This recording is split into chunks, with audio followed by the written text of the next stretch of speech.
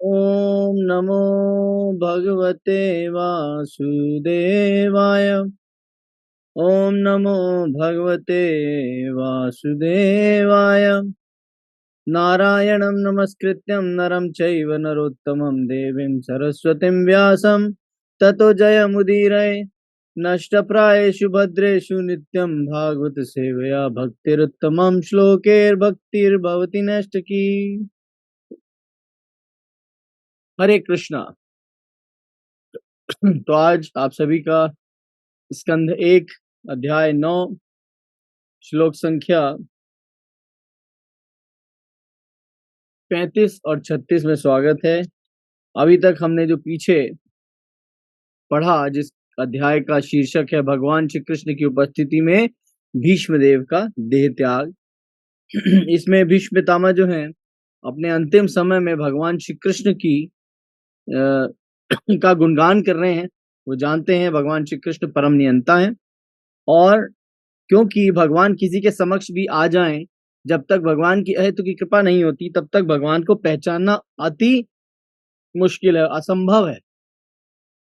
तो बताया जा रहा है कि भीष्म देव जब युद्ध के समय कुरुक्षेत्र में कृष्ण के समक्ष खड़े थे, तो भले कृष्ण के साथ युद्ध कर रहे थे, परंतु उनके आकर्षण का केंद्र बिंदु भगवान श्री कृष्ण थे। तो यहाँ पर आज जो हम श्लोक पढ़ रहे हैं, इससे पहले भी जो हमने 2 श्लोक पढ़े हैं, इसमें अंतिम समय में भगवान का गुणगान कर रहे हैं।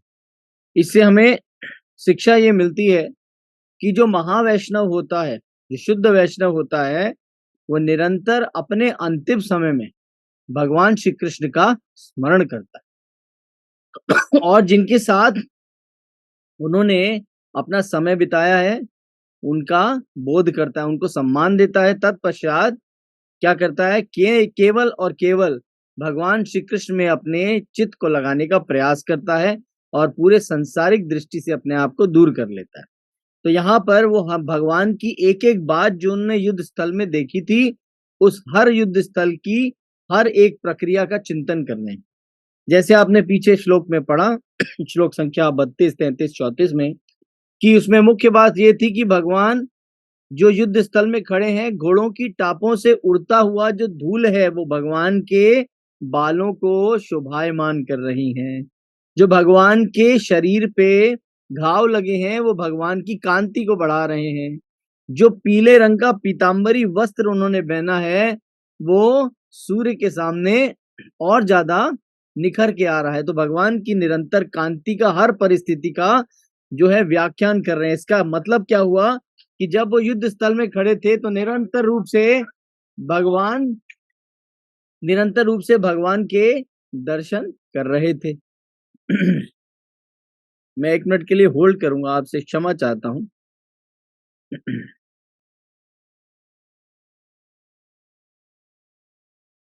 Sorry for the disturbance. तो यहाँ पर भीष्म देव जी जो हैं वो भगवान की हर प्रक्रिया को जो उन्होंने युद्ध स्थल में देखा, तो आप इससे भली भांति जान सकते हैं कि युद्ध चिंतन जो है, चिंतन युद्ध में ना होके भगवान में लगा था, परंतु वो क्या कर रहे थे, युद्ध कर रहे थे। तो भक्त अपना कोई भी कार्यकलाप इस संसार में करता है, परंतु उसकी जो दृष्टि होती है वो भगवान में लगी होती है। ये इसकी डीप नॉलेज है कि भगवान के, मैं इसको दोबारा मैंने ध्यान दिया कि जब क्यों यहाँ पर भगवान का व्याख्यान उन्होंने ऐसे किया कि युद्ध स्थल में आपकी कांति बड़ी निखर के आ रही थी। क्यों? क्योंकि व्यक्ति अगर अपने जीवन काल में भी कोई कार्य करता है तो उसका जो होता है क्या, दृष्टि हमेशा भगवान की तरफ होती है। जो केंद्र बिंदु है वो भगवान है। तो यहाँ पर युद्ध स्थल में उनके जो केंद्र बिंदु थे भीष्म देव के, वो कृष्ण थे, उसके अतिरिक्त और कुछ भी नहीं था। इसीलिए भगवान श्री कृष्ण ने भी कहा कि जो बाण उनकी तरफ आ रहे थे उनको पुष्प के समान लग रहे हैं, क्योंकि जो भक्त है उसके हृदय को भगवान भली भांति जानते हैं। तो यहाँ कितने लोगों को समझ आ गई ये बात? Raise your hand. Very nice. तो यहाँ पर जो केंद्र बिंदु बताया जा रहा है भगवान श्री कृष्ण भीष्म पितामह के लिए, भले ही भयंकर युद्ध हो रहा है, परंतु युद्ध में भी जो उसका निष्कर्ष है वो भगवान का प्रेम है। वो भली भांति जानते हैं कि मुझे अपने प्रेम को, मतलब अपनी दृष्टि को कहाँ लगाना है। तो उसके बाद आज हम श्लोक संख्या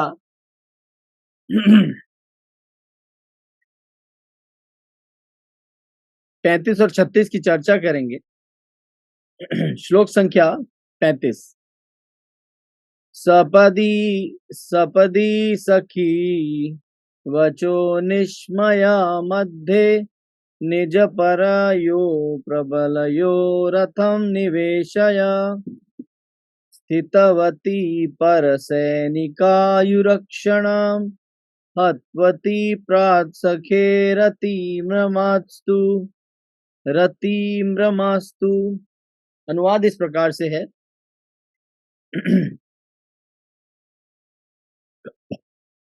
तो यहाँ पर बताया जा रहा अनुवाद इस प्रकार से है। अपने मित्र के आदेश का पालन करते हुए भगवान श्री कृष्ण कुरुक्षेत्र के युद्ध स्थल में अर्जुन तथा दुर्योधन के सैनिकों के बीच में प्रविष्ट हो गए, है ना। तो यहाँ पर क्या हो रहा है, अपने मित्र के आदेश का पालन करने के लिए। तो यहाँ पर भगवान कहाँ है, अपने मित्र के आदेश का मतलब अर्जुन के आदेश का पालन कर रहे हैं। भगवान कृष्ण युद्ध स्थल में अर्जुन तथा दुर्योधन के सैनिकों के बीच में प्रविष्ट हो गए। तो यहाँ भगवान किसकी आज्ञा का पालन कर रहे हैं, यहाँ पर बताया जा रहा है भगवान भक्त की आज्ञा का पालन कर रहे हैं। आगे इसकी व्याख्या इस प्रकार से होती है। और वहां स्थित होकर उन्होंने अपनी कृपापूर्ण चितवन से विरोधी पक्ष की आयु क्षीण कर दी। आयु क्षीण का मतलब कम कर दी, क्षीण का मतलब होता है कम करना, कि जो विरोधी पक्ष क्या है उसकी आयु घटा दी। यह सब शत्रु पर उनके दृष्टिपात करने मात्र से ही हो गया, कि जब उन्होंने उनको देखा तो उनकी आयु क्षीण हो गई, उनको मारने की आवश्यकता नहीं पड़ी, उनकी आयु पहले ही डिसाइड हो गई कि ये क्षीण हो गई, खत्म हो गई है। मेरा मन उन कृष्ण में स्थित हो, ऐसे कृष्ण में मेरी मति लग जाए, ये भीष्म पितामह कह रहे हैं। यहाँ पर अनुवाद इस प्रकार से है। जगत गुरु श्रीला प्रभुपाद की जय। भगवत गीता अध्याय 1 श्लोक संख्या 21 और 25 में 21, 22, 23, 24, 25 में अर्जुन ने अच्युत भगवान श्री कृष्ण को आज्ञा दी कि वे उनके रथ को सैनिकों के व्यू के बीच में ले चलें। तो यहाँ पर अर्जुन क्या कर रहे हैं, आज्ञा दे रहे हैं भगवान श्री कृष्ण को कि मेरे रथ को दोनों पक्षों के बीच में ले चलो, है ना, युद्ध मध्य। तो युद्ध मध्य, तो यहाँ पर भगवान श्री कृष्ण जो हैं, कैश दे देंगे, एक मिनट वेट कीजिएगा प्लीज। तो यहाँ पर भगवान श्री कृष्ण जो हैं उनको आज्ञा दे रहे हैं अर्जुन। तो उनने क्या किया, भगवान उनके आदेशानुसार युद्ध स्थल के बीच में दोनों पक्षों के बीच में चले गए। उन्होंने उन्हें आज्ञा दी कि वे वहां तक तब तक ठहरें जब तक वह युद्ध में आए उन शत्रुओं का निरीक्षण पूरा न कर लें जिनसे उन्हें लड़ना है। तो यहाँ पर क्या बताया जा रहा है कि भगवान श्री कृष्ण को अर्जुन आज्ञा दे रहे हैं कि जब तक मैं निरीक्षण ना कर लूं तब तक आप यहीं पर उपस्थित रहिएगा। जब भगवान से यह कहा गया तो उन्होंने झट से वैसा ही किया, मानो वे कोई आज्ञा पालक हों। भगवान ने विपक्षी दल के सभी महत्वपूर्ण व्यक्तियों की ओर संकेत करते हुए कहा, ये रहे भीष्म, ये रहे द्रोण, ये इत्यादि इत्यादि। परम पुरुष होने के कारण भगवान न तो किसी के आज्ञा पालक हैं और ना ही संदेशवाहक हैं। तो यहाँ पर भगवान उनकी आज्ञा का झट से पालन कर रहे हैं और वहां पर संकेत दे रहे हैं और इंट्रोडक्शन करा रहे हैं, ये रहे तुम्हारे भीष्म, ये रहे तुम्हारे द्रोण। और प्रेम पूर्वक उनके कहने पे तुरंत वहां पहुंच गए। क्योंकि भगवान क्यों पहुंच गए, ना तो वो किसी की आज्ञा पालन करने के लिए बाध्य हैं और ना ही किसी के संदेश को पहुंचाने के लिए बाध्य हैं। He is not a messenger. वो शांति संकेत लेके गए, शांति संदेश लेके गए, उसके बाद अर्जुन की बहुत सहायता की, अर्जुन की एक एक बात को सर्वोपरि रखा। तो भगवान को ये सब करने की आवश्यकता नहीं है, परंतु भगवान अपने जो है भक्त के जो भक्ति है उसके प्रति ऋणी हो जाते हैं, उनके प्रति उदार हो जाते हैं। जब भक्त भगवान को अपना सर्वस्व दे देता है तो भगवान उसके प्रति उदार हो जाते हैं। जिस प्रकार से एक बालक पिता के पास जाता है और पिता को प्रेम से कहता है आई लव यू पापा, है ना?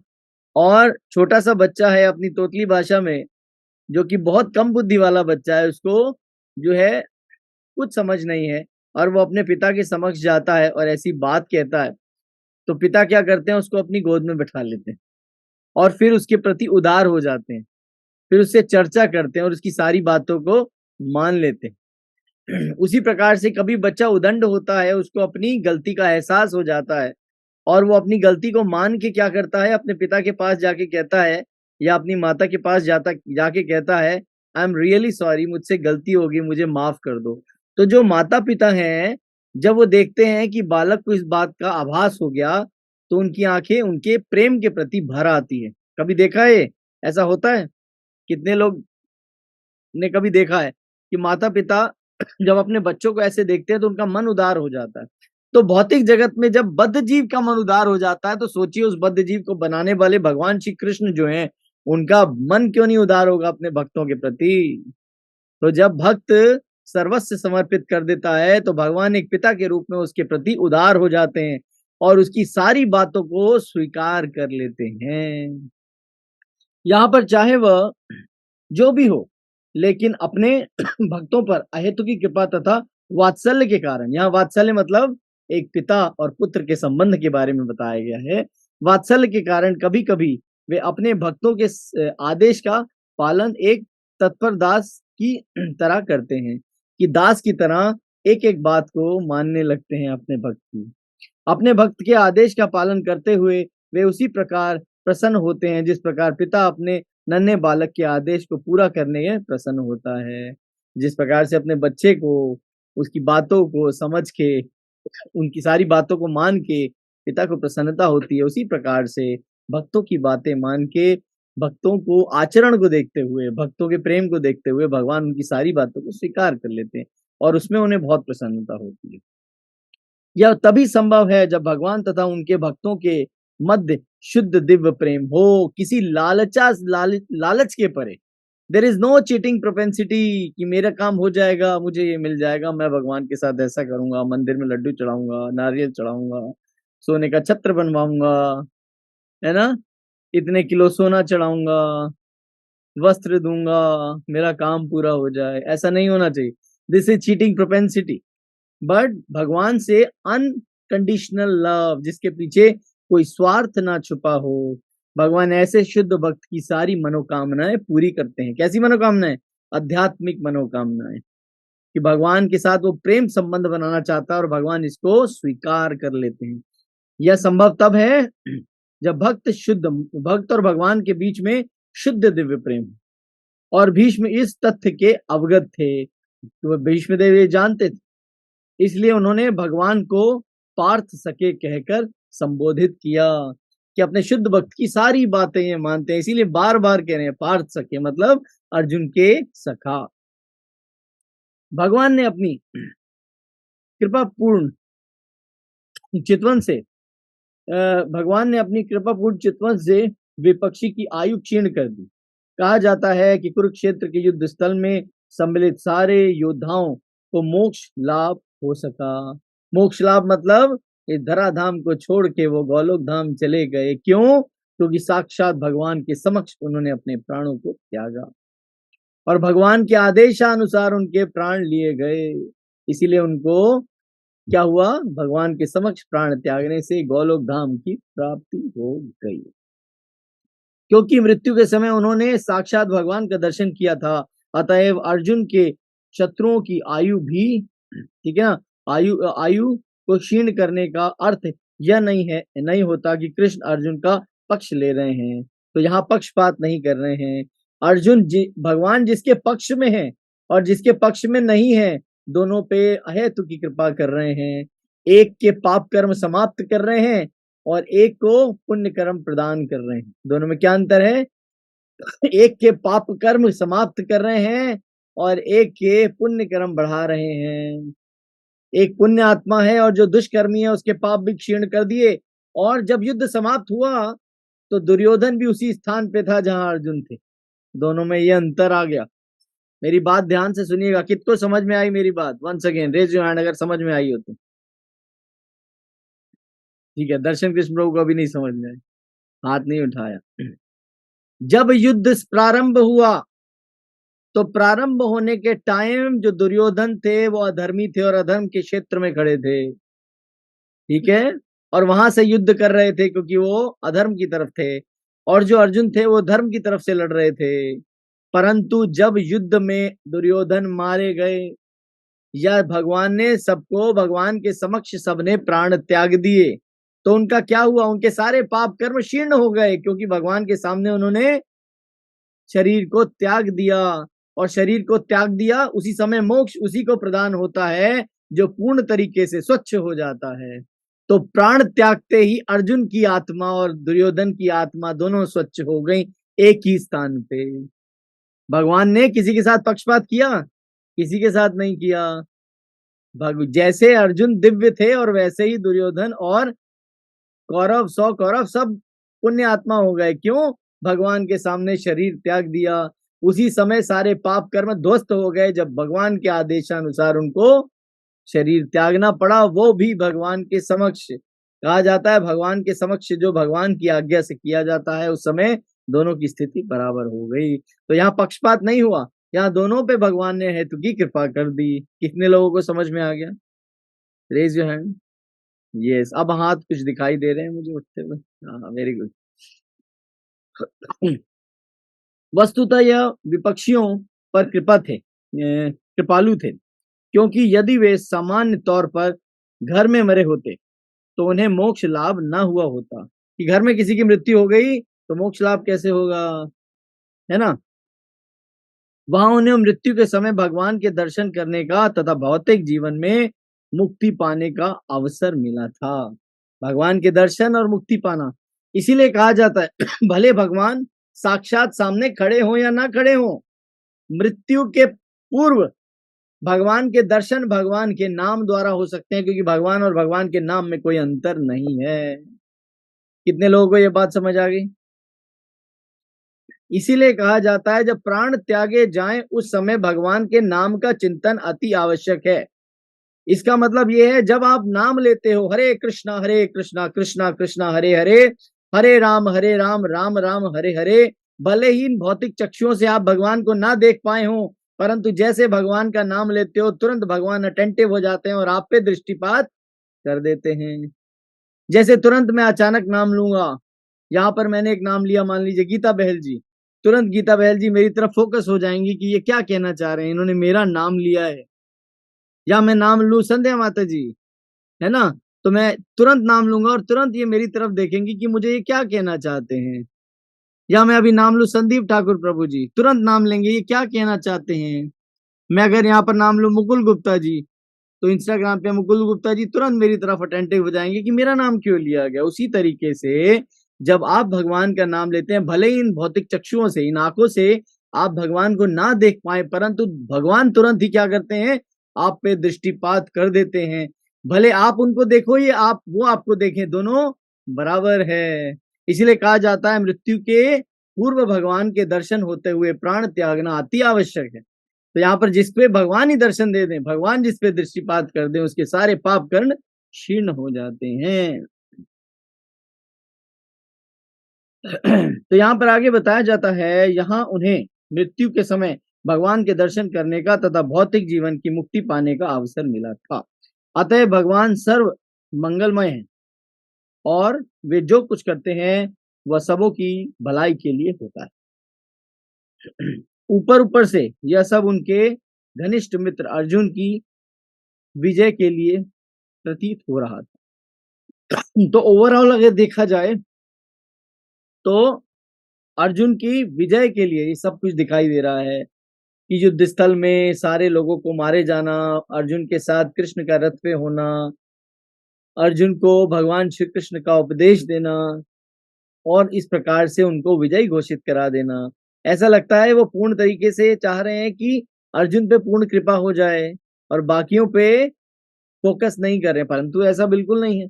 ऊपर ऊपर से जो लगता है एक्चुअली वो डीप थ्योरी है नहीं, एक्चुअली निष्कर्ष कुछ और ही है। आगे बताते हैं, लेकिन वास्तव रूप में अर्जुन के शत्रुओं की भलाई के लिए था। आप समझ रहे हैं, डायरेक्ट और इनडायरेक्ट। आप समझ रहे हैं, दोनों तरीके से भगवान ने दोनों पे कृपा बरसाई, दोनों को मोक्ष प्रदान होगा। ऐसे हैं भगवान के दिव्य कार्यकलाप, और जो भी इससे समझ जाता है वह इस भौतिक शरीर का त्याग करने के पश्चात मोक्ष प्राप्त करता है। आत्मा और शरीर में जो भेद कर लेता है, भगवान और अपने बीच के संबंध को समझ जाता है, उसको मोक्ष प्राप्त हो जाएगा। पॉइंट टू बी नोटेड, इसको नोट कर लेना चाहिए। जो शरीर और आत्मा को समझ जाता है कि मैं शरीर नहीं हूं, मैं आत्मा हूं, और आत्मा और भगवान के संबंध को जानता है कि ये आत्मा इस शरीर की नहीं है, आत्मा भगवान की है, तो उसको क्या होता है, मोक्ष प्राप्त होता है। भगवान किसी भी हालात में कोई गलत कार्य नहीं करते, क्योंकि वे परम पूर्ण है और सर्वदा सबों के लिए मंगलमय है। तो भगवान यहाँ पर कुछ भी गलत नहीं करते। कई बार, जैसे मैं कई बार कॉन्डोलेंस मीटिंग में जाता हूँ, वहां जब लोग एक दूसरे से मिलते हैं तो हाथ जोड़ते हैं, बोलते हैं सॉरी, बहुत गलत हुआ, बहुत गलत हुआ, बहुत गलत हुआ। परंतु गलत क्या हुआ ये बताइए? गलत तो कुछ हुआ ही नहीं। तो इनसे कई बार मैं लोगों से पूछ लेता हूँ इसमें गलत क्या था। भाई उसके सगे संबंधी है, डायरेक्ट तो किसी व्यक्ति से पूछा नहीं जा सकता, परंतु उनके जो संबंधी हैं, जो चर्चा करने के योग्य हैं, उनसे बात की जाती है, तो पूछते हैं इसमें बुरा क्या है, इसमें गलत क्या हुआ? बोले कुछ नहीं, अच्छे खासे घर से निकले थे, पानी पी के निकले थे, सब्जी मंडी में टमाटर ले रहे थे, टमाटर लेते ही सब्जी वाले से हालचाल पूछे और वहीं उनका प्राण त्याग हो गया। इसमें टमाटर, सब्जी और पानी कहाँ से आ गया? अच्छे खासे थे, शरीर छूट गया। आप समझ रहे? अभी मैं एक जगह गया, उनसे पूछा भाई आप कह रहे बहुत गलत हुआ जी, भगवान ने क्या किया, हमारे साथ ही ऐसा होना था। पीछे इनके दांतों का ऑपरेशन कराया था, डॉक्टर ने दांत मिला निकाला, तब से इनकी तबीयत खराब है, और फिर शरीर छोड़ दिया। तो कभी किसी के दांत निकलने से प्राण त्यागे जाते हैं, बताइए?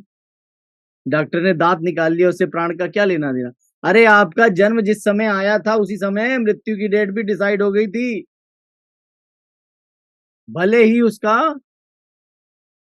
कुछ भी हो आपके जीवन में, आपके जीवन में हो सकता है तेज हवा चले और व्यक्ति प्राण छोड़ दे। हवा तो कहीं और चल रही है, प्राण आपने यहाँ त्याग दिए। डेट निर्भर करती है भगवान ने क्या डेट निर्धारित की है। आप समझ रहे हैं? अब ये थोड़ी ना कहा जाए कि नेपाल में भूकंप आया और दिल्ली में किसी ने प्राण त्याग दिए, क्योंकि भूकंप की वहां की हलचल यहाँ भी थी और यहाँ पर व्यक्ति ने अब नेपाल के भूकंप से यहाँ प्राण त्यागने वाले व्यक्ति का क्या लेना देना? आप कोई ना कोई वजह निकालते हैं। मेरा कहने का तात्पर्य ये है कि हम किसी वजह को निकालते हैं कि इस वजह से ये हो गया। मेरे मान लीजिए मेरे चाचा जी बड़ा अच्छा कार्य कर रहे थे, बड़ा अच्छा व्यापार चल रहा था, किसी की हाय लग गई, उन्होंने शरीर त्याग दिया। अब इसमें इसका क्या मतलब हुआ? आप समझ रहे हैं? तो हम कोई ना कोई वजह ढूंढते हैं, उनको नजर लग गई, उनके दांत निकल गए थे इसीलिए वो बीमार हो गए, खा नहीं पा रहे थे, है ना? तो व्यापार में थोड़ा सा हानि हो गई, इसकी वजह से उनका हार्ट अटैक, अरे किसी भी समय भले ही कैसे भी हार्ट अटैक आया हो, लेकिन ये निर्धारित भगवान डेट्स पहले ही कर देते हैं। हो सकता है जन्म लेने के बाद 9 दिन का हो, 9 मिनट का हो, 9 साल का हो, है ना, 19 साल का हो, 90 साल का हो, प्राण तो भगवान कभी भी किसी के भी ले सकते हैं, क्योंकि उन्होंने ही दिए। जिस समय मैन्युफैक्चरिंग हुई थी उसी समय एक्सपायरी डेट भी प्रोडक्ट पे डाल दी गई थी, बट विजिबल नहीं थी, आपको पता ही नहीं है मेरी एक्सपायरी क्या है। तो जिस समय प्रोडक्शन की डेट डाली जाती है उस समय एक्सपायरी डेट भी डाल दी जाती है। आप ही अपने भौतिक जगत में मैन्युफैक्चर करते हो, आप नहीं डालते हो इस समय बनाया और इस समय खत्म हो जाएगा। जब भौतिक जगत में ये मैनेजमेंट काम आता है तो सोचिए आध्यात्मिक जगत में आया कहां से? आध्यात्मिक जगत में से तो आया है। तो जिस समय शरीर दिया, शरीर में आने वाली डेट दी भगवान ने, उसी समय एक्सपायरी डेट भी डिसाइड हो गई थी। इसमें गलत कुछ नहीं है। तो यहाँ लिखा गया है भगवान पूर्ण है, कुछ भी गलत नहीं करते हैं। अगर आपने पाप कर्म किए हैं और आपको दंड मिल रहा है तो इसका मतलब इसमें भी भगवान आपका भला कर रहे हैं, इसमें भी भगवान की कोई गलती नहीं है। आप समझ रहे हैं? जैसे अभी किसी ने प्रश्न पूछा था 3-4 दिन पहले, मुझे नाम नहीं याद आ रहा, कि अगर भगवान ने हमें गोलोक धाम ही ले जाना है तो हमें पाप कर्म क्यों करने देते हैं? हमें तुरंत ही रोक लें, है ना? पाप कर्म हमें देते ही क्यों? ये तो गलत हुआ ना, आपको रोक देना चाहिए। परंतु आप बताओ, आप जैसे पाप कर रहे हो, आपकी पाप की प्रवृत्ति है, दुष्ट प्रवृत्ति है, ऐसे लोग को अगर गोलोक धाम ले जाया जाए तो ऐसा व्यक्ति वहां जाके वहां पे भी एसोसिएशन फैलाएगा अपनी, और जो पाप कर्म यहाँ हो रहे हैं गोलोक में भी चालू हो जाएंगे। आप ये बात समझ रहे हैं? तो भगवान बहुत फिल्टर करते हैं। जो गोलोक के योग्य है वो गोलोक के योग्य है, जो नर्कलोक के योग्य है वो नर्कलोक के योग्य है। जब तक नर्क भोग के शुद्धिकरण नहीं होता तब तक गोलोक धाम नहीं जा सकते, ये बात समझ लो। आप समझ रहे हो? तो सब क्षेत्र बराबर नहीं होता कि साउथ एक्स में जो रहते हैं वही जो है साउथ साउथ दिल्ली में रहते हैं वही यहाँ पर वेस्ट दिल्ली में भी रहेंगे। भाई दिल्ली तो एक जैसा है सारा, तो ये सब एक समान नहीं है। वो आध्यात्मिक लोक है, ये भौतिक लोक है, ये मृत्यु लोक है, वो भगवान का लोक है। दो गोलोक है, दोनों में अंतर है। यहाँ का व्यक्ति वहां के योग्य नहीं है और वहां का व्यक्ति यहाँ के योग्य नहीं है, दोनों में अंतर है। ये शरीर जो है जैकेट है, यूनिफॉर्म, इस बात को समझ लीजिए। कंपनी में काम करने वाले को एक वर्दी मिलती है, उस वर्दी को पहनना अनिवार्य होता है। उस वर्दी को पहने बगैर आप उस कंपनी में काम नहीं कर सकते। उसी प्रकार से इस भौतिक जगत में जब तक ये शरीर नहीं मिलता आत्मा यहाँ सरवाइव नहीं कर सकती, क्योंकि आध्यात्मिक जगत की है ना, भौतिक जगत में सरवाइव कैसे करेगी? आप समझ ले, इसलिए शरीर दिया जाता है, इसका आवरण लिया जाता है, तब जाके कार्यकलाप चालू होते हैं। आप समझ रहे, डायरेक्ट तो वो यहाँ आ भी नहीं सकती। तो समझने वाली बात है, हम आध्यात्मिक जगत के जीव हैं बट भौतिक जगत में कुछ सीखने आए हैं, और सीखने के लिए हमें यहाँ पर एडमिशन दिया गया है। एडमिशन देने के बाद यहाँ पर हम सीखते हैं डूज एंड डोंट्स, और जब हम सीख जाते हैं क्या करना है क्या नहीं करना, तब हम आध्यात्मिक जगत के योग्य बन जाते हैं। कितने लोगों को समझ में आ गया? Raise your hand. Very nice. क्या श्लोक संख्या?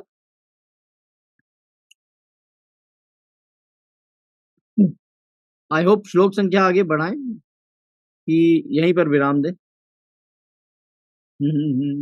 बढ़ाने वाले हाथ उठाएं और रोकने वाले हाथ में। आगे दूसरा श्लोक लिया जाए।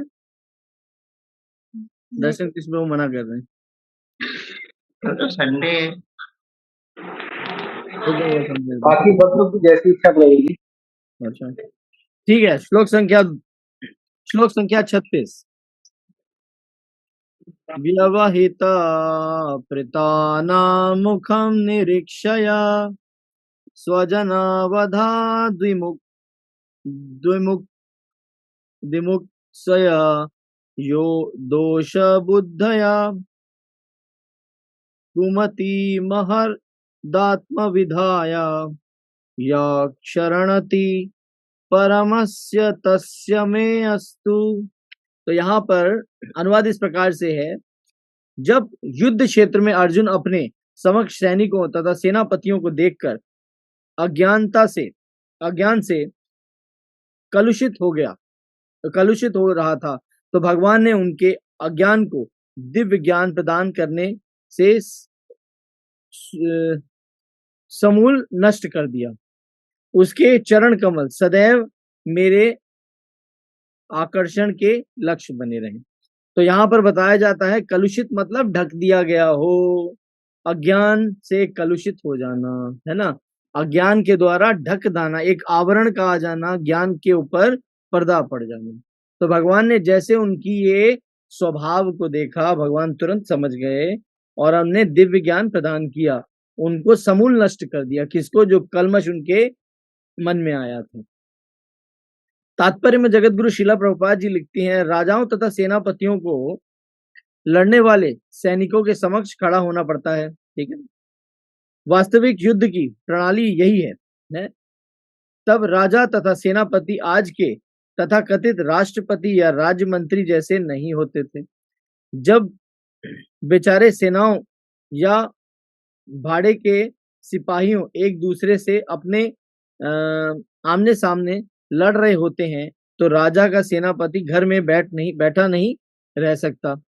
यह आधुनिक प्रजातंत्र का विधान हो सकता है। तो आजकल का विधान क्या है कि राजा बैठा हुआ है और सेना लड़ रही है, कहीं सियाचिन में बैठी है, कहीं थार में बैठी है, कहीं इधर उधर बैठी है, विकट परिस्थितियों में बैठी है, परंतु जो राज्य मंत्री है वो कभी जाके नहीं देखता, वहां समय नहीं बिताता, हेलीकॉप्टर से जाता है, दूर से देखता है और चला आता है। क्यों उमेश प्रभु जी, सही कह रहा हूं ना? तो यहाँ पर आगे बताते हैं कि राजा सेनापति घर बैठे नहीं रह सकते थे, वह आधुनिक प्रजातंत्र का विधान हो सकता है, लेकिन जब वास्तविक राजतंत्र था तो सम्राट ऐसे नहीं होते थे, जो योग्यता एक विचार किए बिना चुने जाने वाले कायरों जैसी हो कि यहाँ पर क्या होता है, चुनाव द्वारा व्यक्ति को जिता दिया जाता है, उसमें योग्यता हो या ना हो। जैसा कि कुरुक्षेत्र के युद्ध स्थल से स्पष्ट है, दोनों पक्षों के कार्यकारी प्रधान तथा द्रोण, है ना, प्रधान यथा द्रोण, भीष्म, अर्जुन तथा दुर्योधन ऐसे हुए नहीं थे, ठीक है ना। वे सभी ऐसे युद्ध में भाग ले रहे थे जो लोग आवास के स्थानों से कहीं दूर संपन्न किया जा रहा था। तो जो रेसिडेंशियल एरिया था, जहां पर लोग रहते थे, वहां ना करके उस स्थान से दूर किया जा रहा था, ताकि उन लोगों को किसी प्रकार का प्रॉब्लम ना हो। आजकल क्या होता है, युद्ध स्थल होता है, कोई भी स्थान पे कहीं भी बमबारी हो जाती, ऊपर से जेट उड़ता है, बम कहीं भी गिरा देता है, नीचे का है कोई भी हो, तो आम जनता भी मारी जाती है। कारगिल में वॉर हुई, वहां पे भी आम जनता ने परेशानी झेली होगी, कई आम आम आदमी मर गए होंगे। या मान लीजिए आतंकवादी कभी जो है पहाड़ी इलाकों में जो मंदिर हैं वहां पर कभी फायरिंग कर देते हैं, तो कई बार ऐसी फायरिंग करने से आम आदमी भी मर जाते हैं। तो युद्ध के लिए एक स्थान नहीं चुना जाता कि तुम उधर से आओ, हम इधर से आएंगे, एक स्थान पे युद्ध करके निर्णय कर लेंगे कि कौन जीतेगा। यहाँ तो कहीं भी घुसपैठ होती है, कहीं भी फायरिंग कर देते हैं, चाहे आम आदमी मरे चाहे फौजी मरे, किसी को कोई परवाह नहीं। परंतु ऐसा नहीं हुआ करता था, धर्म के स्थान पे धर्म के लिए लड़ा जाता था। इसका अर्थ यह हुआ कि निर्दोष नागरिक प्रतिद्वंदी राजसीय दलों के युद्ध में प्रभावों से बचे रहते थे। ऐसे युद्ध में जो कुछ हो रहा होता था उसे नागरिकों द्वारा देखे जाने की कोई आवश्यकता नहीं थी। उन्हें तो अपनी आय का चौथा भाग शासन को देना होता था। तो आजकल क्या होता है, आम आदमी को क्या टेलीविजन में दिखाते हैं, आओ दिखाएं तुम्हें युद्ध कैसे होता है। उस समय क्या महाभारत का जब युद्ध हो रहा था तो आम जनता को टेलीविजन पे बताया जा रहा था कि महाभारत का युद्ध कैसे हो रहा है, तुम्हें दिखाते हैं। किसी युद्ध का प्रसारण होता था? कहीं नहीं होता था। आम जनता को युद्ध से अलग रखा जाता था ताकि किसी प्रकार का युद्ध का प्रभाव आम जनता पे ना आए। मगर आज के जीवन में कभी युद्ध छिड़ता है तो सारा संसार भय में रहता है, परंतु राजाओं के समय, पांडवों के समय युद्ध छिड़ा तो उस समय कोई भयभीत नहीं था। वो जानते थे मेरे राजा जो है, पूर्ण विश्वास है कि हमारी सुरक्षा हमको प्रदान करेंगे। यहाँ पर जो मीडिया है आज के संसार में, भले बात छोटी सी हो मगर इतना भय कर देते हैं कि व्यक्ति व्याकुल हो जाता है, बहुत ज्यादा व्याकुल हो जाता है। आप समझ रहे हैं, छोटा सा भी भूकंप ऐसा आता है जैसे बहुत बड़ा भूकंप आ गया, हमारी बिल्डिंग गिरेगी और किसी की नहीं गिरेगी, ऐसा भय मन में प्रकट हो जाता है। आप समझ रहे हैं, परंतु जिसका रक्षक भगवान है उसको किस बात का भय। राखे कृष्ण तो मारे के और माँ के मारे कृष्ण तो राखे के। जिसको कृष्ण बचाना चाहता है उसको मार कौन सकता है, और जिसको कृष्ण नहीं बचाना चाहता उसको कौन बचा सकता है? कोई नहीं बचा सकता। तो अपनी रक्षा आप नहीं कर सकते, आपकी रक्षा तो भगवान ही करेंगे, आपकी रक्षा और कोई नहीं कर सकता। आप सोच के भी अपनी रक्षा कभी नहीं कर सकते। आप समझ रहे हैं, एक फौजी फौज में था, वो युद्ध करने के लिए फील्ड में गया, वहां गोलीबारी हो रही थी, वो बच गया, बचने के बाद घर वापस आ गया। घर वापस आया तो बड़ा प्रसन्न हुआ, देखो हम फौज में जीत भी गए, गोली भी नहीं लगी और सब कुछ हो गया। घर में आए तो मलेरिया फैला हुआ था, मच्छर ने काटा, 1 हफ्ते में प्राण निकल गए। अब बताइए, जो काम गोली नहीं कर पाई वो मच्छर ने कर दिया। आप मेरी बात को समझ रहे हैं, इस बात को? जो काम गोली नहीं कर पाई वो मच्छर ने कर दिया, क्योंकि आपके प्राण जाने थे तो जाने थे। भले गोली चले, बारूद चले, कुछ नहीं हो सकता, क्योंकि उस समय भगवान ने आपको प्राण नहीं लेने थे। जिस समय आया, मच्छर ने काटा, मलेरिया हुआ, प्राण निकल गए। तो भगवान वजह चाहे कुछ भी हो, एक्सपायरी डेट निश्चित है। जब भगवान बचाना चाहते हैं कोई नहीं मार सकता, और जब भगवान मारना चाहते हैं तो कोई नहीं बचा सकता। ये भय दिल से निकाल दीजिए कि आपको कोई बचा सकता है। आपको केवल एक ही व्यक्ति बचा सकता है, भगवान श्री कृष्ण। तो इसलिए कहा जाता है भक्त हमें यह अभय होके जीता है कि अगर प्राण रहेंगे तो सेवा करूंगा, और प्राण अगर चले भी जाएं तो भी भगवान की सेवा नित्य करता रहूंगा। मुझे इतना विश्वास है कि आखिरी समय में नाम लूंगा, अगर प्राण है तो भी नाम लूंगा, और जिस समय प्राण जा रहे होंगे तब भी कृष्ण का नाम लूंगा। और अपने कृष्ण पे इतना भरोसा है कि प्राण जाने के बाद भी, नाम लेने के बाद भी, मुझे अपने कृष्ण पे इतना भरोसा है कि तब भी मुझे सेवा में वो नियुक्त रखेंगे। तो चाहे जीवन रहे या मृत्यु हो जाए, सेवा में तो मैं हमेशा नियुक्त रहूंगा। तो भय किस बात का? भय उस बात का होता है जब आपकी नौकरी छूट जाए, कि मेरी नौकरी छूट गई तो मैं घर बैठ जाऊंगा। यहाँ तो भगवान ने परमानेंट नौकरी दी हुई है, सिर्फ भगवान का नाम ही तो लेना है। चाहे इस जन्म में लो, चाहे अगले जन्म में, या कई जन्मों में, नाम ही लेना है। ये परमानेंट जॉब है, ये कभी नहीं जा सकती, है ना। आप जॉबलेस कभी नहीं हो सकते। आप समझ रहे हैं? कितने लोगों को समझ में आ गई ये बात? आप जॉबलेस कभी नहीं हो सकते। भगवान ने जो आपको काम दे दिया है, पूरे जीवन आपके साथ रहेगा। और इसको कहते हैं, ये 100% इंश्योरेंस पॉलिसी है, जीवन के साथ भी और जीवन के बाद भी। इसको आपसे कोई नहीं छीन सकता, कोई व्यक्ति इस नौकरी को छीन ही नहीं सकता। और इस नौकरी का छोटा लाभ नहीं है, कई लाभ हैं। भगवान का शुद्ध प्रेम प्राप्त हो रहा है, इससे बड़ा लाभ जीवन में कुछ नहीं हो सकता। आगे बताते हैं। उन्हें तो अपनी आय का चौथा भाग शासक को देना होता था, चाहे वह अर्जुन हो या दुर्योधन। कोई फर्क नहीं पड़ता जनता को, उनको पता है मेरे पालक भगवान श्री कृष्ण है। चाहे अर्जुन जीते चाहे दुर्योधन, मुझे तो 1/4 देना है और मेरी रक्षा मेरे राज्य में होती रहेगी। अर्जुन ने उन्हें अत्यंत करुणा से देखा तथा पछताने लगा कि राज लिप्सा के कारण वह अपने स्वजनों को मार डालेगा। तो यहाँ पर लिप्सा मतलब लालच की बात की गई है, कि अपने स्वजनों को अर्जुन मार देगा, ये मन में उनके भ्रांति हो रही थी। तो भगवान ने क्या किया? वह दुर्योधन द्वारा बनाए गए शासक सैन्य व्यू से रंच मात्र भी भयभीत नहीं था।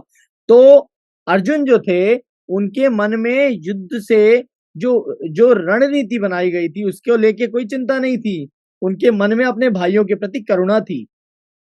ये करुणा क्यों थी एक्चुअली? लेकिन भगवान का दयालु भक्त होने के कारण यह स्वाभाविक था कि उन्हें संसारिक वस्तुओं से वैराग होता। क्योंकि वो भक्त थे, इसीलिए पर दुखे दुखी और पर सुखे सुखी था जो भक्त होता है। ये ध्यान रखिएगा, दूसरे के सुख से सुख मिलता है और दूसरे के दुख में दुखी होता है, वही भगवान का शुद्ध भक्त होता है। क्यों? क्योंकि भगवान का भी यही विचार है, भगवान की भावना है। जो भगवान के शुद्ध भक्त होते हैं, अगर भगवान देखते हैं भक्त दुखी हैं, तो भगवान को भी उनके प्रति वैसा ही दुख पहुंचता है। परंतु भक्त अगर सुखी है तो भगवान को भी सुख होता है। तो यही स्वभाव भगवान ने भक्तों को भी प्रदान किया है। अतः उन्हें उनसे निश्चित किया भी संसारिक वैभव के लिए युद्ध नहीं करेंगे। तो उन्होंने निर्णय कर लिया था कि मैं संसारिक वैभव के लिए किसी प्रकार का युद्ध नहीं करूंगा। लेकिन यह तो अल्प ज्ञान के कारण था, क्योंकि कम समय में, बहुत अल्प ज्ञान मतलब छोटी बुद्धि के कारण वो ये सोच रहे थे।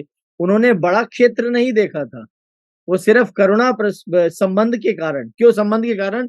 ये जो 3 गुण होते हैं, सतोगुण, रजोगुण और तमोगुण, सिर्फ इसी विचार से वो देख पा रहे थे।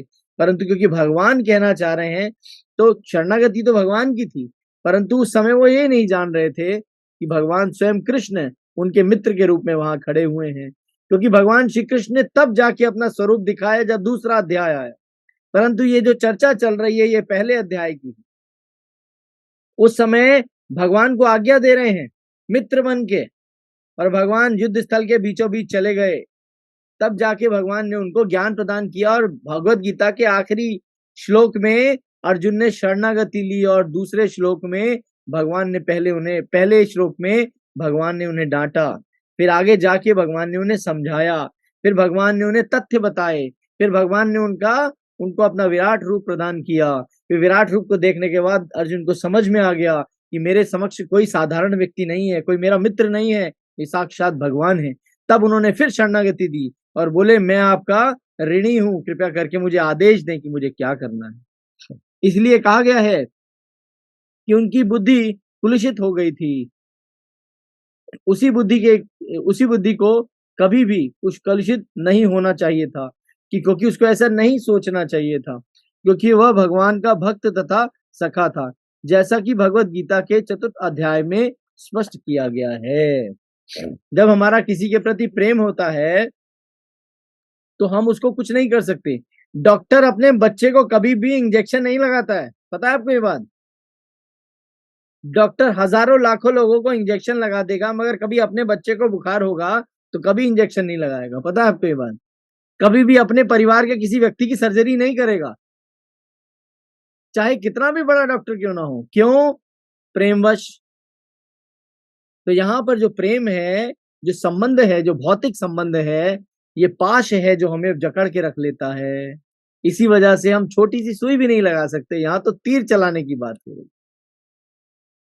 निश्चय ही अर्जुन की बुद्धि कुलुषित हो गई थी, अन्यथा देहात्म बुद्धि के द्वारा भौतिक बंधन में पड़े कुलुषित बद्ध जीव के कल्याण के लिए भगवत गीता का उद्देश्य देने का अवसर कैसे प्राप्त होता। तो यहाँ पे भी भगवान की एक योजना थी कि जब तक अर्जुन की बुद्धि कुलुषित नहीं होती, जब तक अर्जुन ऐसा ना सोचते, तब तक भगवान उनको ज्ञान ना प्राप्त करते, भगवान ना देते। और वो ज्ञान अगर अर्जुन का ना देते तो आज आप और हम उस ज्ञान को कैसे प्राप्त करते। तो आपके लिए भगवान ने क्या किया? अर्जुन के मन में भ्रम पैदा किया। किसके लिए किया? आपके लिए किया। अर्जुन को कोई प्रॉब्लम नहीं थी, अर्जुन को तो 2 मिनट में सेटिस्फाई कर देते वो। इतना सारा संवाद इसीलिए किया गया ताकि आप जो ऑनलाइन में पढ़ रहे हैं ना ये सब बारी बातें, ये आपके लिए किया गया। ये आपके लिए ऐसी चर्चा बनाई गई ताकि भगवान के बारे में आप कुछ जान सकें, जिससे वह शरीर को मिथ्या ही आत्मा न मान बैठे। आप शरीर नहीं है, आप आत्मा है। If you say someone I love you, तो वो कैसा जवाब देता है? I love you too. तो क्या एक शरीर दूसरे शरीर को आई लव यू कह रहा है? ना, एक आत्मा दूसरे आत्मा से रेसिप्रोकेट करती है। मान लीजिए एक की आत्मा चली गई, शरीर छोड़ दिया, अब वो व्यक्ति खड़ा होकर बोलता रहे, भले ही कितना आई लव यू उधर से जवाब नहीं आएगा। Will it be possible? Not possible. तो आप समझ लीजिए, अगर आप किसी के साथ आदान प्रदान कर रहे हो, किसी के साथ संवाद कर रहे हो, या किसी के साथ किसी भी प्रेम का आदान प्रदान है या चर्चा है, कोई आपके समक्ष खड़ा है, तो वो आपके लिए दिव्य है, वो शरीर नहीं। और अगर आपने ये बात मान ली दैट ही वो दिव्य है, तो आप कभी भी किसी के साथ अभद्र व्यवहार नहीं कर सकते। ये संभव ही नहीं, क्योंकि आप सामने वाले को शरीर रूप में जानते हो, इसीलिए आप उसके साथ अभद्र व्यवहार करते हो। आप समझ रहे हो? इसीलिए अगर आप समझ जाओगे कि मैं और वो दोनों ही दिव्य हैं, मैं इसीलिए दिव्य हूं क्योंकि मुझे पाप कर्म नहीं करने चाहिए, मुझे अभद्र व्यवहार नहीं करना चाहिए, भगवान का अंश हूं, भगवान पूर्ण है, तो उनके भक्त को भी उसी प्रकार का जो है मैसेज देना चाहिए। You are the messenger of lord. भगवान से निकला हुआ अंश कभी अपूर्ण नहीं होता। आप समझ रहे हैं? जैसे पानी की गिरी हुई बूंद जब तक धरती पे नहीं गिरती तब तक वो दूषित नहीं होती। समझ में आ गई ये बात? धरती को स्पर्श करते ही उसमें मिट्टी लग जाती है। बात समझ गए? तो यहाँ जब तक भगवान से जुड़े हुए हो, जब तक भौतिक जगत को नहीं छुआ, तब तक आप पूर्ण हो। जैसे भौतिक जगत छू लेते हो आप अपूर्ण हो जाते हो, क्योंकि यहाँ का संग हो जाता है ना। आगे बताया जाता है जिससे वे शरीर को मिथ्या ही आत्मा मान बैठे और परमेश्वर के साथ आत्मा के नित्य संबंध को पुनः स्थापित कर सकें। भगवान द्वारा आत्मविद्या का प्रवचन मुख्य रूप से ब्रह्मांड के सभी भागों के समस्त व्यक्तियों के लाभ के लिए हुआ था। तो यहाँ पर भगवत गीता का उद्देश्य जो भगवान ने दिया अर्जुन को, वो खाली अर्जुन के लिए नहीं था, ये संसार के सारे दिव्य व्यक्तियों के लिए था। ना ही भौतिक जगत के, ब्रह्मांड के कई देवी देवताओं के लिए भी था। आपको क्या लगता है, भगवत गीता का श्रवण है आप ही ने किया खाली? देवी देवताओं ने किया, इंद्र ने किया, ब्रह्मा ने किया। जब भगवान प्रवचन दे रहे थे, भगवान जब 45 मिनट का संवाद अर्जुन से कर रहे, जस्ट डिलीवरी, आप और हम 40 मिनट में बात कर रहे हैं, मैंने आपको कुछ समझाया, आपने समझा, ऐसे ही भगवान अर्जुन के साथ बात कर रहे हैं और वो दिव्य ज्ञान उन्होंने प्रदान कर दिया जो पूरा ब्रह्मांड इसको चर्चा करता है। आपको क्या लगता है खाली इस हमारे जगत में, जम्बू द्वीप में ये खाली हो रहा है? भारतवर्ष जम्बू द्वीप पे खाली यही हो रहा है? अरे कई ब्रह्मांडों में चर्चा चल रही होगी, इंद्रलोक में चर्चा चल रही होगी कि भगवत गीता का ज्ञान अर्जुन को दिया गया। सारे देवी देवता साक्षी थे इस बात के। आप समझ रहे हैं? तो कोई साधारण ज्ञान नहीं है। भगवान और भक्त का जो संबंध होता है वो दिव्य होता है। इसीलिए कहा जाता है भले ही व्यक्ति कितना भी कुकर्मी क्यों ना हो, आपको उसके प्रति सम्मान प्रकट करना चाहिए। भले उसका संग ना करो, मगर किसी के प्रति अभद्र व्यवहार या दुराचार नहीं करना चाहिए। आपको लगता है व्यक्ति दुराचारी है, उसका संग मत करो, मगर उसके प्रति कभी घृणा भी मत करो। क्योंकि अगर व्यक्ति को किसी प्रकार की चोट लगी है तो आपका काम है उस चोट पे औषधि लगाना, ना कि उसको तिरस्कृत करके वहां से भगा देना। कितने लोगों को ये बात समझ में आई? करेक्ट। तो हमारा काम है औषधि देना। हमारा काम ये नहीं है कि हम किसी के जख्म में, मान लीजिए किसी का रक्त बह रहा हो, आप उसको बोलो भाग जाओ, यहाँ गंदगी कर रहे हो, तुमसे बदबू आ रही है। नहीं, डॉक्टर का काम है उस पे मरहम लगाना। डॉक्टर अगर पेशेंट से घृणा करेगा तो उसको मरहम कैसे लगाएगा? तो आपका काम है उसकी मरहम पट्टी करना, ना कि उससे घृणा करना। तो कितना भी व्यक्ति दूषित क्यों ना हो, कितना अभद्र व्यवहार क्यों ना कर रहा हो, आपको उसका संग नहीं करना। आपको केवल उसके लिए प्रार्थना करनी है कि भगवान इसके कुकर्म को नष्ट कर दो, इसकी जो मंद बुद्धि है उसको समाप्त कर दो। आपका दिया हुआ अंश है, जैसा आप इसके लिए चाहते हो उसको वैसी बुद्धि प्रदान कर दो, ताकि ये भक्तों का संग करके एक महान पुरुष बन सके। तो आज यहीं पर विराम लेंगे, कल फिर चर्चा करेंगे 9:30 बजे। तब तक के लिए विराम देता हूँ। किसी का प्रश्न है तो ज़ूम डिवोटीज अपना प्रश्न ले तैयार रखें, तब तक मैं इंस्टाग्राम डिवोटीज को धन्यवाद कह देता हूँ। Kalyan Singh ji, thank you very much for joining. Mukul Gupta ji बहुत बहुत धन्यवाद। अभय जी को बहुत बहुत धन्यवाद। दीक्षित प्रभु जी आपको बहुत बहुत धन्यवाद। आपका पता चला आपका स्वास्थ्य ठीक नहीं है, भगवान से प्रार्थना करता हूँ आप जल्दी ठीक हो। और मेरे पास आपका नंबर नहीं है, अदरवाइज मैं आपको फोन करके जरूर आपके स्वास्थ्य के बारे में पूछता। ये मेरा नंबर है, आपका प्रश्न हो तो भी पूछ सकते हैं। और मैं आपसे बात करना चाहता हूँ, आपके स्वास्थ्य के हालचाल पूछना चाहता हूँ, तो भी आप मुझे कॉल करें, मेरे को आपका स्वास्थ्य जानना है। और जोगेंद्र प्रभु जी 1986, thank you very much for joining. किसी प्रकार की त्रुटि हुई हो तो उसके लिए क्षमा चाहता हूँ। आपका कोई प्रश्न है, आप लोगों का कोई सुझाव है, या आप कुछ और ऐड करना चाहते हैं इसके बीच में, तो आप लोगों का स्वागत है। नंबर आपके पास पहुंच गया है। Keep chanting and be happy. हमेशा खुश रहिए, स्वस्थ रहिए, भगवान का नाम जपते रहिए और इसी तरह से भगवान की सेवा करते रहिए। कल फिर मिलेंगे 9:30 बजे। तब तक के लिए, सॉरी, मंडे को मिलेंगे 9:30 बजे। Sunday is holiday. तब तक के लिए धन्यवाद। हरे कृष्णा। यस, तो उमेश प्रभु जी कोई प्रश्न है हरे आपका? कृष्णा प्रभु। हरे कृष्णा। गीता माता जी प्रणाम, आप कैसी हैं?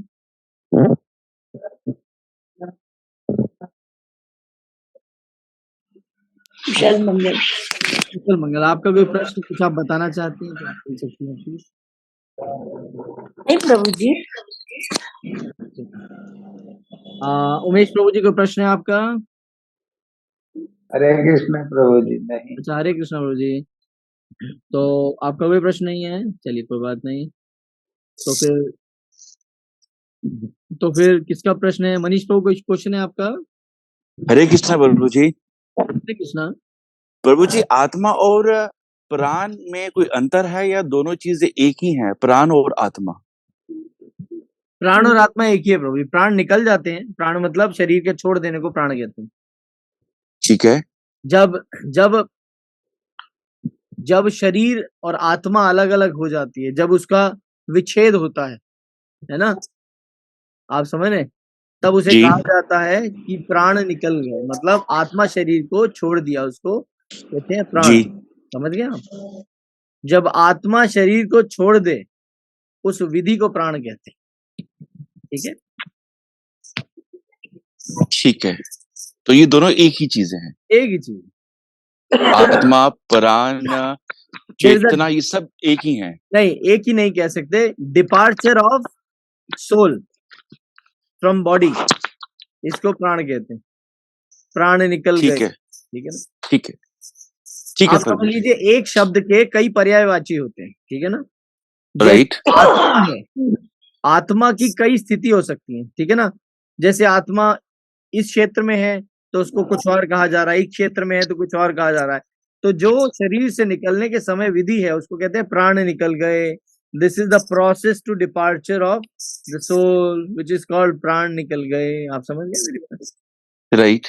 तो ये तो मुझे एक चीज और बताओ, अगर आपने बोला कि हम सब एक आत्माएं हैं, हम सब बिल्कुल 5 एलिमेंट से बने हैं, तो बिल्कुल एंड ऑफ द डे अगर आपने मुझको भागवतम कहा, जी, तो आपने भागवतम कहा किसको? मैंने अगर भागवतम का नहीं सुना, अगर मैंने आपका कुछ कमेंट पास कर दिया, कोई मजाक उड़ाया, तो जब आप और मैं एक ही हैं, पूरा ब्रह्मांड एक ही है, तो मैंने कहा किसको? मतलब कि मैंने अपने आपको ही वो बात कही। मैं समझा नहीं, दोबारा क्वेश्चन को रिपीट कीजिए। I repeat, Prabhuji, every human being is made of 5 elements and a soul. Means समझ गए। everybody is same. So when somebody speaks something to someone, then who is the person he is referring to? देखिए, जब हर कुछ यहाँ पे एक ही है, everything is one, no तो कौन नो, किसको? हाँ यहाँ जी, पर मैं रोकूंगा आपको। वी ऑल जी, are not one actually. One is Krishna, ठीक है ना। We are separated from Krishna because we are the part and parcels of the lord, ठीक है ना। ओके, तो हमारी अलग अलग आइडेंटिटी है सोल की। आप समझ रहे हैं, आप मेरी बात समझ रहे हैं। तो जी, अलग अलग स्थिति है आपकी। हो सकता है, देखिए, अब कभी आप लोगों ने गोपाल चंपू या जैव धर्मा जैसे शास्त्रों को नहीं पढ़ा, परंतु बताया जाता है कि गोलोक धाम में हो सकता है आप एक वृक्ष हो। मेरी बात समझ रहे हैं। गोलोक धाम में हो सकता है कि आप कोई पशु हो। ओके, गोलोक धाम में आपका कोई स्थान हो सकता है, ठीक है ना। तो गोलोक धाम में हमारी अलग अलग आइडेंटिटीज होती हैं, ठीक है ना। बट क्योंकि हम भोग अवस्था के लिए यहाँ पर आते हैं और हमें निष्कर्ष रूप से ये देखना होता है कि हम जो कर रहे हैं वो गलत है, वापिस हमें उसी अवस्था को प्राप्त करना होता है, परंतु हमें ये पता नहीं होता कि हमारी स्थिति वहां पर क्या है। बट हम लोग अलग अलग आइडेंटिटीज हैं। भगवान हमें कहीं ना कहीं अलग अलग रूप में नियुक्त रखते हैं, ठीक है ना। तो भगवान की हम अलग अलग रूप में सेवा करते हैं। तो we are all souls are not one actually. आप समझ रहे हैं। एक सिर पे कई बाल हैं मगर सारे बाल अलग अलग हैं। एक सिर पे कई बाल हैं मगर सारे बालों को मिला के एक बालों का गुच्छा बनता है, मगर बाल तो सारे सेपरेट हैं, जी, ठीक है ना। इसी प्रकार से संसार में सिर एक है, बाल अलग अलग हैं, और ठीक है, सिर से ही बाल निकले हैं, परंतु सबकी आइडेंटिटी अलग अलग है। आप समझ गए। तो अगर हम समझ गया। भक्तों के लिए होता है जैसे एक पिता और अलग बच्चे, एक ही शुक्राणु से सारे बच्चे उत्पन्न होते हैं, करेक्ट। जी, एक ही व्यक्ति का शुक्राणु होता है, जो स्पर्म होता है, उससे अलग अलग बच्चे होते हैं। किसी का लड़का होता है, फिर लड़की होती है, फिर लड़का होता है। तो एक पिता की कई संतानें होती हैं, जी, निकलती एक से हैं, शुक्राणु भी एक होता है, परंतु बच्चों की आइडेंटिटी अलग अलग होती है। जब दो बच्चे आपस में लड़ते हैं तो पिता को दुख होता है। जी, तो पिता एक एक को डांटता है, तूने उसको ऐसा क्यों बोला? अगर तुझे बोलना ही था तो तू मुझे बोल देता। तूने उसे क्यों मारा? मुझे आके बोलना चाहिए था कि तेरे साथ वो गलत व्यवहार कर रहा है। यदि बहन भाई में लड़ाई हो जाती है तो भाई बहन को डांटने लगता है या मारने लगता है। तो पिता कहता है, अगर तुझे परेशानी ही थी तो तुझे मुझे आके शिकायत करनी चाहिए थी, तूने उसको क्यों मारा? समझ रहे मेरी बात को। तो जी, कहने का मतलब है कि एक व्यक्ति की दो संतानें वो आपस में अभद्र व्यवहार ना करें, अपने पिता से जाके बोलें। तो हमें भगवान को सेंटर में रखते हुए ये सोचना चाहिए कि हमारे कर्ता धर्ता भगवान है, हम एक दूसरे के साथ अपराध नहीं कर सकते। और पिता सबको समान रूप में प्यार करते हैं, तो पिता एक दूसरे को डांटते हैं। आप मुझे कुछ कह लो, मेरे बच्चे को कुछ मत कहना। भले ही वो आपस में दो बच्चे आपस में क्यों ना लड़ रहे हो, पिता को दुख होता है कि आपस में लड़ रहे हैं। कोई परेशानी हो तो मेरे पास आओ, आपस में मत लड़ो, है ना। तो उसी जी। प्रकार से जब आप किसी दूसरी आत्मा को कुछ कहते हो तो भगवान को इस बारे में दुख होता है ना। तो उसका मतलब सिर्फ एक मानसिकता का ही अंतर है। हाँ, एक मानसिकता, यही मानसिकता आपको नर्क में ले जाती है प्रभु जी। मतलब कि बस तो पूरे अगर इन बातों को मैं कंक्लूड करूं तो this is the only difference of how somebody thinks. Somebody could be एक राक्षस भी हो सकता है और एक कोई देवता भी हो सकता है। तो बिल्कुल, घूम फिर के बाद देवता और असुर की ही आ गई बिल्कुल। अगर आप कि दो। अगर आप हाँ जी। सद्बुद्धि वाले हो तो आप देवता हो, और कुबुद्धि वाले हो तो आप दानव हो। बात घूम फिर के वही कुरुक्षेत्र और धर्म क्षेत्र वाली बात आ गई। बिल्कुल, एक व्यक्ति के अंदर दो लोग रहते हैं, अर्जुन भी रहता है, दुर्योधन भी रहता है, और भगवान श्री कृष्ण भी रहते हैं। और वहीं से ऊपर उठना है ना प्रभु जी? बिल्कुल, बिल्कुल। आपके पाप कर्म और आपके अच्छे कर्मों को भगवान साक्षी रूप में देख रहे हैं। जैसे युद्ध स्थल में खड़े भगवान दोनों युद्ध की सेनाओं को देख रहे हैं। एक तरफ खड़ा है अर्जुन, एक तरफ खड़ा है दुर्योधन। उसी प्रकार से आपके मन रूपी कुरुक्षेत्र में भगवान स्वयं बैठे हुए हैं। आपके अच्छे कर्मों को भी देख रहे हैं और बुरे कर्मों को भी देख रहे हैं। मगर प्रभु विजयी समझ हमेशा गए। अच्छे कर्मों को बनाते हैं, वो बुरे कर्मों को कभी नहीं बनाते हैं। प्रभु जी एक सवाल और है, लेकिन इनका वेग, इनका प्रेशर इतना तेज होता है कि पूरी कभी कभी मन को बिल्कुल कंफ्यूज कर देते हैं कि बोलते हैं अरे कुछ नहीं, लेट्स एंजॉय योर लाइफ। तो how to tolerate that pressure कि हम उन बुरे संगतों में फिर से ना जाएं। बुरी संगतों से बचने का एक ही तरीका है, साधु संग सर्व सिद्धि होए, लव मात्र साधु संग परम सिद्धि होए। कि साधु संग करोगे तो कुसंग अपने आप छूट जाएगा। अच्छा जी। हाँ, प्रभु जी लेकिन वो प्रेशर कभी कभी इतना तेज होता है कि किसी पे गुस्सा करना है, बस उसपे गुस्सा निकाल दो, गुस्सा निकाल दो, जो मन में है बोल दो, चाहे उस वजह बंदे को वजह अच्छा ये लगे है बुरा। हाँ जी। वजह ये है कि साधु संग नहीं। All right. देखो, जो भक्ति के लिए अनुकूल परिस्थिति है, भक्त उसको आलिंगन करता है। जो भक्ति के लिए प्रतिकूल स्थिति है, भक्त उसको मल की तरह त्याग देता है। जैसे मल त्यागने के बाद व्यक्ति दोबारा अपने मल को त्यागने के बाद वहां नहीं जाता, क्योंकि उसको दुर्गंध आती है। उसी प्रकार से ऐसी व्यवहारिक बातों से भक्त को दुर्गंध आती है, वो कभी भी दूसरे से अभद्र व्यवहार नहीं कर सकता। और अगर अभद्र व्यवहार करने का मन कर रहा है, इसका मतलब अभी भक्ति से वो कोसों दूर है। अच्छा, ओके, ठीक है प्रभु जी, थैंक यू सो मच, शुक्रिया। जी, जी, जी। दिलीप प्रभु जी, आपका हो गया। अनीता आनंद माता जी, आपका कोई प्रश्न है तो पूछ सकते हैं। देवानंद प्रभु जी, आपका कोई प्रश्न है तो पूछ सकते हैं। हरे कृष्णा कोई जवाब नाम नहीं प्रभु जी। Very good. धन्यवाद, प्रणाम। संदीप प्रभु जी, आपका कोई प्रश्न है? हरे कृष्णा प्रभु जी। आज जी आज नहीं है। Very good. दर्शन विष्णु का क्वेश्चन है आपका? प्रभु जी तो प्रणाम कर देते हैं तो सबके हल मिल जाते हैं। इतना स्माइलिंग फेस। संध्या माता जी, आपका कोई प्रश्न है? हरे कृष्णा प्रभु जी, दंडवत प्रणाम। हाँ प्रभु जी, आपने जैसे 35 में बताया श्लोक में कि कृष्ण जी ने जैसे द्वापर युग में कौरवों और पांडवों को मोक्ष की प्राप्ति हो गई थी उनको, गोलोक धाम की प्राप्ति। और कल अब एक एग्जाम्पल आता है आजमिल का। आजमिल, एक मिनट, अजामिल जी। उनका नाम अजामिल, यस। अजामिल तो वो बाद में वो जब नारायण नारायण बोलते हैं, मतलब जब वो जिंदा होते हैं। ऐसे ही अगर जो हम यहाँ पे अभी भौतिक संसार में है, तो अगर हमने प्राण त्याग दिए, उसके बाद अगर हम जो 13 दिन तक हम 13वीं तक हम जैसे एक आत्मा रहती है आस-पास, अगर वो उस टाइम अगर भगवान का नाम जपेगी तो तब उसको मोक्ष की प्राप्ति हो सकती है क्या? बिल्कुल हो सकती है, 100% हो सकती है, अच्छा। 101% हो सकती है, 1000% हो सकती है, 2000% हो सकती है। इसमें कोई संशय नहीं है, इसमें कोई भी संशय नहीं है। तो फिर जो यमदूत आते हैं तब वो तो ले जा चुके होते हैं बॉडी, जो सोल को। तो उसने पूरा टाइम लाइफ टाइम में भगवान का नाम लिया और जाते वक़्त जो भी ले रहा है तो उसको तभी भी।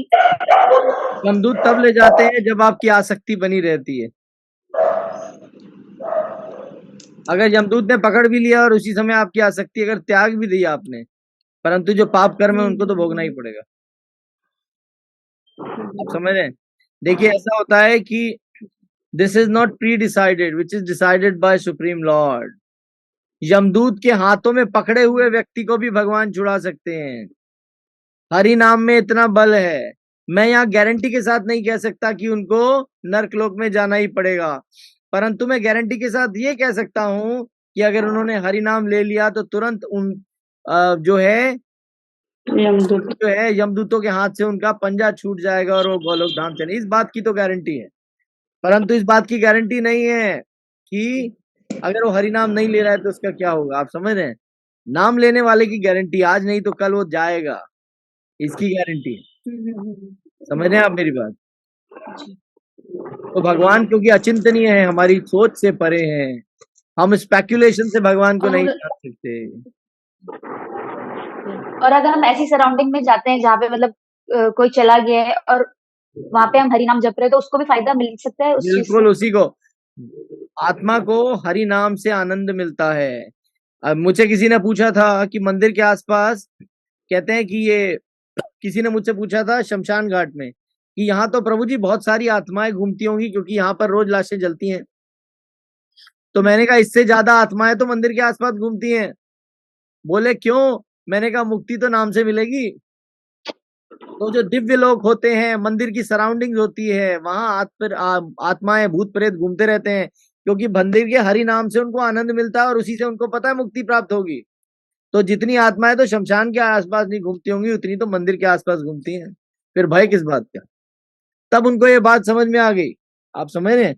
तो जब भी कोई प्राण त्यागे तो उसके लिए नाम जपना चाहिए, नाम से उसे आनंद मिलता है। और जो व्यक्ति उसके लिए रोता है, हजारों और लाखों बिच्छुओं के काटने का जितना कष्ट होता है उतना कष्ट उसको पहुंच रहा होता है। समझ रहे हैं आप मेरी बात? जी, ओके, डन।